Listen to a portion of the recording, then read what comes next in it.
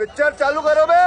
हमले जो आज गृह मंत्री अमित शाह ने किए हैं वो 1 से लेकर 7 नंबर तक बनाए हैं और मैं चाहती हूं कि उस पर आप सिलसिलेवार ढंग से जवाब दें, फिर आलोक जी के पास जाएंगे। या देखिए, सबसे बड़ी तो खबर यह थी जो आपने नहीं दिखाया कि आज दोपहरिया में 2 बजे अमित शाह जी नेहरूवादी हो गए। जिस नेहरू जी को पूरी की पूरी पार्टी गाली देती है, आरएसएस हो, बीजेपी हो, इनका काडर हो, वो दोपहरिया में 2 बजे जैसे सदन में गए, बोले हम तो नेहरूवादी हैं, नेहरू जी अमर रहे, नेहरू जी अमर रहे। ऐसा आपका चरित्र पूरा देश देख रहा है। इस प्रकार का दोहरा चरित्र, दोपहरिया में 2 बजे आप नेहरूवादी हो जाते हैं और अटल जी को भूल जाते हैं। 2003 में आपकी सरकार पूर्ण राज्य बनाने का कानून संसद में लेके आई थी। किसकी सरकार? भारतीय जनता पार्टी की सरकार। कौन लेके आया था? आडवाणी जी लेके आए थे। आडवाणी जी और अटल जी को भूल गए, नेहरू जी को याद कर रहे हैं। आज नेहरूवादी हो गए दोपहरिया में 2 बजे। पार्टी बदल लिया साला। उसके बाद क्या है? 93 में, 98 में, 2003 में, 2005 में, 2008 में, 2013 में, 2015 में जितने भी भारतीय जनता पार्टी के घोषणा पत्र हैं, 2014 के लोकसभा के चुनाव में हर बार इन्होंने कहा दिल्ली को पूर्ण राज्य होना चाहिए, दिल्ली को पूर्ण राज्य होना चाहिए। मदन लाल खुराना जी ने कहा दिल्ली की सरकार सिर्फ शरीर है, आत्मा नहीं है, जान नहीं है इसमें। साहेब सिंह वर्मा जी ने कहा विधानसभा के अंदर कि हम एक खेत में फावड़ा चलाना बेहतर समझते हैं दिल्ली का मुख्यमंत्री बनने से। ये इनके नेताओं के बयान है। विजय गोयल जी हों, विजय मल्होत्रा जी हों, इनकी कार्यकारिणी, राष्ट्रीय कार्यकारिणी जो गोवा में हुई है, उसका प्रस्ताव उठा के देख लीजिए। हमेशा इन लोगों ने दिल्ली को पूर्ण राज्य बनाने की वकालत की। 25 साल से दिल्ली में हार रहे हैं, 25 साल से दिल्ली में हार रहे हैं। और केजरीवाल जी बहुत बुरे आदमी हैं, कोई काम नहीं किया तो 49 दिन के काम करने के बाद उनको 67 सीट मिली। 5 साल काम करने के बाद उनको 62 सीट मिली। बिजली फ्री, पानी फ्री, शिक्षा फ्री, इलाज फ्री, बस की यात्रा फ्री, बुजुर्गों की तीर्थ यात्रा फ्री। उसके बावजूद मुनाफे का बजट दिया। पिछले 8 वर्षों से लगातार इंटर का रिजल्ट प्राइवेट स्कूलों से बेहतर सरकारी स्कूलों का आ रहा है। अरे बाप रे, ये तो धोती खोल रहा है। और आप कह रहे हैं हम झगड़ालू हैं। कितने बड़े झगड़ालू हैं हम लोग? 49 विधायकों पे फर्जी मुकदमा करके जेल में डाला इन लोगों ने। बाद में कोर्ट से वो लोग बरी हुए। सोमनाथ भारती का कुत्ता पकड़ने 40 दिल्ली के पुलिस वाले गए थे। हम लोग झगड़ालू हैं।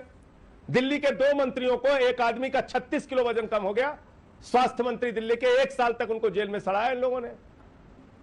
दिल्ली के शिक्षा मंत्री को प्रचारित किया, 54 करोड़ की प्रॉपर्टी जब्त कर ली। बाद में पता चला 11 लाख रुपए बैंक का, और जो उन्होंने 5 लाख रुपए की राशि में अपना एक फ्लैट जब पत्रकार थे बुक कराया था उसको, और एक फ्लैट और उसको जब्त कर लिया। कह रहे 54 करोड़ की। तो झूठ, फरेब, मक्कारी के मामले में भारतीय जनता पार्टी का कोई दूसरा उदाहरण दुनिया में नहीं है। और भ्रष्टाचार के खिलाफ ये लोग बोलते हैं तो मैं फिर कह रहा हूं कि ओसामा बिन लादेन जैसे अहिंसा पर उपदेश दे, ऐसा ही लगता है। क्या बात है सर, क्या बात है सर, क्या बात, ये बात है।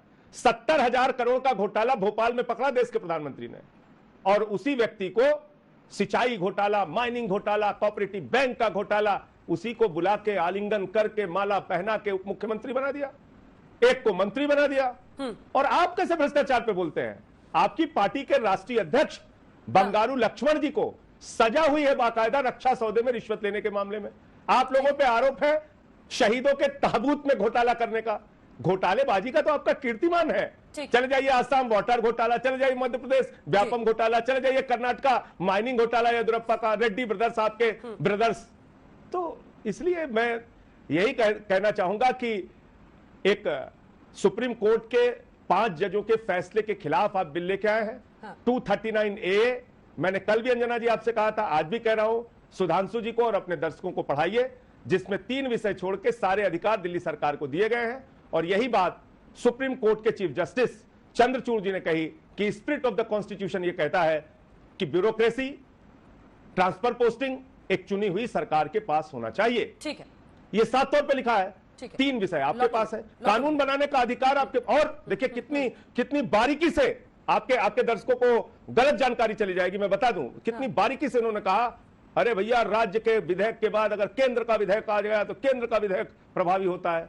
आदरणीय सुधांशु जी, कृपा करके जो लोग आज तक देख रहे होंगे उनको सही जानकारी दीजिए। एक स्टेट लिस्ट होती है, एक सेंटर लिस्ट होती है, एक कॉन्करेंट लिस्ट होती है। स्टेट लिस्ट में सेंटर कोई छेड़छाड़ नहीं करता, सेंटर की लिस्ट में स्टेट कोई छेड़छाड़ नहीं करता। समवर्ती यानी कि कॉन्करेंट लिस्ट जो होती है उसमें दोनों कानून बना सकते हैं, और उस दशा में अगर केंद्र कोई कानून बनाता है ऐसी स्थिति में वो प्रभावी होता है। आपके सामने ये सारी बातें बताए घुमा के उन्होंने कह दिया अरे भाई बना सकते हैं। कहां लिखा हुआ 239 में? कहां लिखा हुआ? संविधान का संशोधन आप ऑर्डिनेंस के जरिए कर सकते हैं क्या? संजय जी, नेहरू जी पे जो आज नहीं। ठीक है, आलोक जी एक बार बोल रहे हैं, उसके बाद सुधांशु जी आप ही को जवाब देना है दोनों का। आलोक जी फौरन, उसके बाद आऊंगी सुधांशु जी। आलोक जी, एक तो आज गृह मंत्री ने ये कोट किया और कहा कि चाहे वो नेहरू हो, पटेल हो या फिर खुद अंबेडकर हो, तीनों दिल्ली को पूर्ण राज्य का दर्जा देने के खिलाफ थे, जिस पर चुटकी भी ली अधीर जी ने। वो हमने पूरा हिस्सा अपने रिपोर्ट में दिखाया है। मेरा प्रश्न आपसे उस हिस्से पर है जिसमें गृह मंत्री ये कह रहे हैं कि बिल पास हो जाएगा, उसके बाद ये आपके साथ नहीं रहेंगे। और आप भी हमेशा आम आदमी पार्टी को लेकर बहुत कॉशियसली बोलते रहे हैं हल्ला बोल में, मतलब नाराजगी दिखे है मुझे। अच्छा, हमको सिखा रिया है।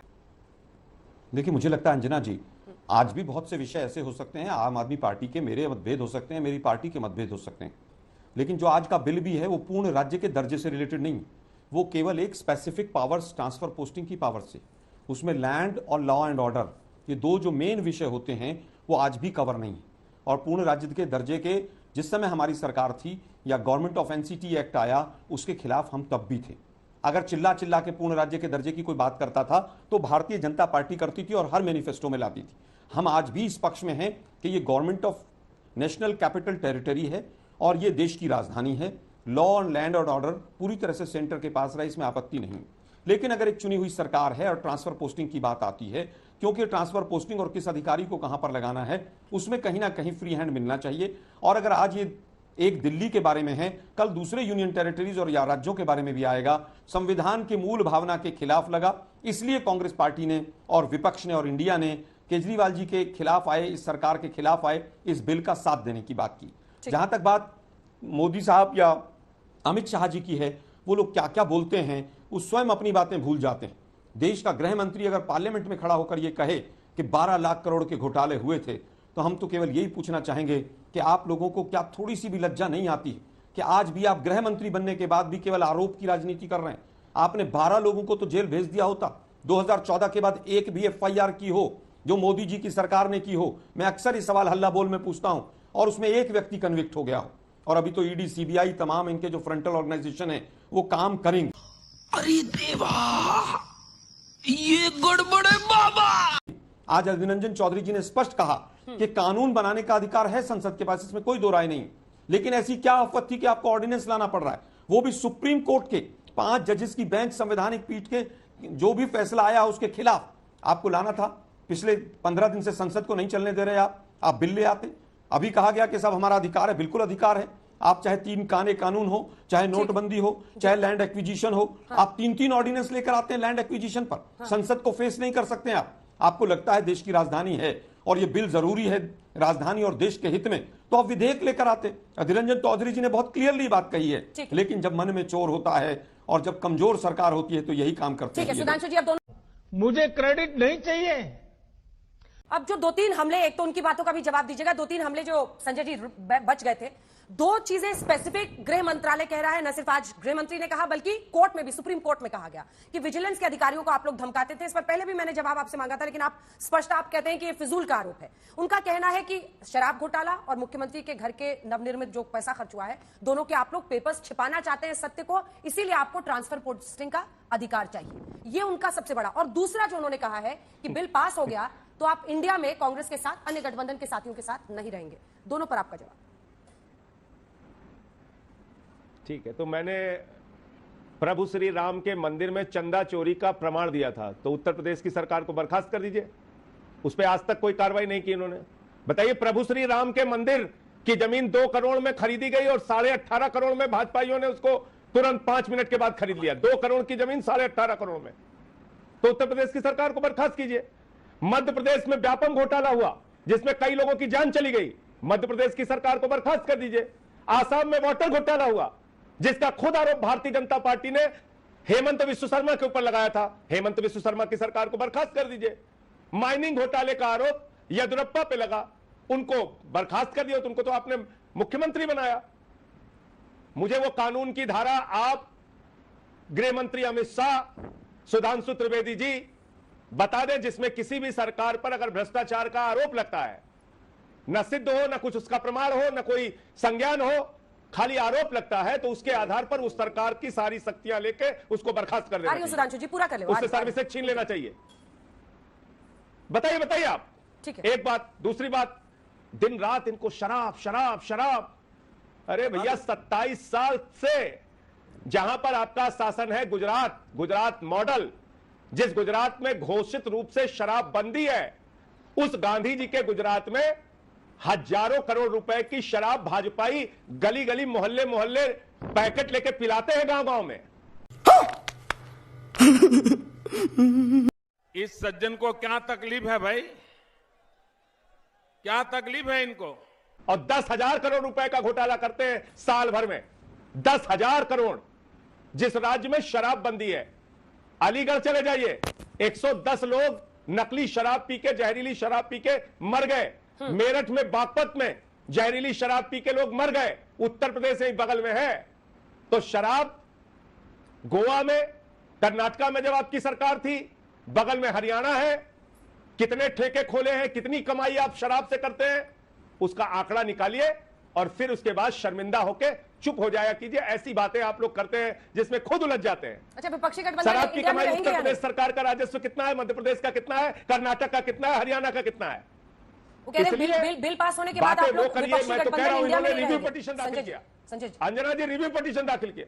जी क्या कर रही वो हैं? कह रहे हैं कि इंडिया में आप लोग जो विपक्षी गठबंधन है, क्या कर रही हैं? वो कह रहे हैं कि विपक्षी गठबंधन में बिल होने के पास आप लोग नहीं रहेंगे, कांग्रेस को छोड़ देंगे। जनता को आप मूर्ख समझना बंद कर दीजिए। इस प्रकार की बचकाना बातें किसी के गले नहीं उतरती, लोग मजाक उड़ाते हैं। इनका गठबंधन बना कब? 38 दलों वाला। आपको पता है ना, जिस दिन बेंगलोर में मीटिंग हो रही थी, ये लोग फोन कर रहे थे, कोई दल है? बोले हाँ ये है, बोले वो है, बोले हाँ वो है, बोले 38 लोगों को बुला लो। कैसे कैसे दलों को बुलाया, हम तुम कहां, कैसे, क्यों, लेकिन वेकिन मेकिन कामा फुल स्टॉप, बोले आओ सब लोग आओ। वो सब कह रहे भैया हम दल नहीं है, दल नहीं है। बोले नहीं, कमल के दलदल में आओ, कमल के दलदल में आओ, दलदल में आओ। गजब बेइज्जती है। 38 दलों की एनडीए की मीटिंग की, आप रहेंगे जो कि नहीं बेचारे इंडिया दल ही में? नहीं है। आप रहेंगे कि नहीं 26 दल विपक्षी ऐसे गठबंधन हैं इंडिया जिसके में? एक भी सांसद नहीं है। 7 दल ऐसे हैं जिसके एक सांसद है। आलोक जी की पार्टी को धोखा तो इंडिया नहीं का तो देंगे? फोबिया हो गया इनको। इंडिया से डर लग रहा है। इंडिया से हर आदमी डरता है। इंडिया से डरना भी चाहिए। इंडिया शक्तिशाली है, इंडिया मजबूत है, इंडिया का विस्तार है, तो इंडिया से डर रहे हैं। ठीक है, सुधांशु जी। इंडिया की तुलना इंडियन मुजाहिदीन से कर रहे हैं भारत के प्रधानमंत्री। सुधांशु जी जवाब कितने डरे हुए हैं? ठीक है सर। संजय जी, छोटा सा जवाब संजय जी, क्योंकि मुझे आलोक जी के पास जाना है। पंगत में रहेंगे, छोटा सा तुरंत आ रही हूं आलोक जी के बाद। संजय जी, संजय जी हाँ जी हाँ जी हाँ जी हाँ जी हाँ जी हाँ जी। संगत आपको खराब मिल गई है राहुल गांधी की, वो कह रहे हैं। अभी ये एकदम मैं ये कह रहा हूं कि शराब का जो दरिया बह रहा है दिल्ली में, जिसमें सब डूबे हुए हैं, भाजपाई निकल ही नहीं पा रहे हैं उस दरिया में। बेचारे एकदम नाक के ऊपर पानी चला गया, शराब चली गई है, नाक में भी शराब जा रही है, मुंह में भी शराब जा रही है। उसी दरिया में जो भाजपाई डूबे हुए हैं, इनसे जरा इतना पूछ लीजिए, गोवा जो एक छोटा सा राज्य है, वहां कितने शराब के ठेके हैं, दिल्ली में कितने शराब के ठेके हैं? इन्हीं से पूछिएगा, मैं नहीं जवाब दूंगा। इनसे पूछिए उत्तर प्रदेश में कितने शराब के ठेके हैं, हरियाणा में कितने शराब के ठेके हैं। इसलिए मैं कहता हूं आपको, आप अफवाह कंपनी है। अंतरराष्ट्रीय स्तर पे अगर झूठ और अफवाह फैलाने की प्रतियोगिता हो तो भारतीय झूठा पार्टी को नंबर 1 का स्थान मिलेगा। 2 नंबर पे नहीं आएंगे आप लोग। आपने तो 3 घंटे में गणेश जी को पूरी दुनिया में दूध पिला दिया। हमारे यहाँ एक बेचारे पड़ोसी थे सेठ जी, वो कहन हमारा दूध पियन ना गणेश जी, कहन पाप के हो गया सेठ जी, यही ना पियन। तो ये लोग तो ऐसे झूठ ऐसे प्रचारित करते हैं, ऐसे आतंकित करते हैं लोगों को। शराब का दरिया बह रहा है दिल्ली में। न स्कूल बना है, न अस्पताल बना है, न महिलाओं की बस की यात्रा फ्री हुई है। हमारे यहाँ ऐसा ही होता है।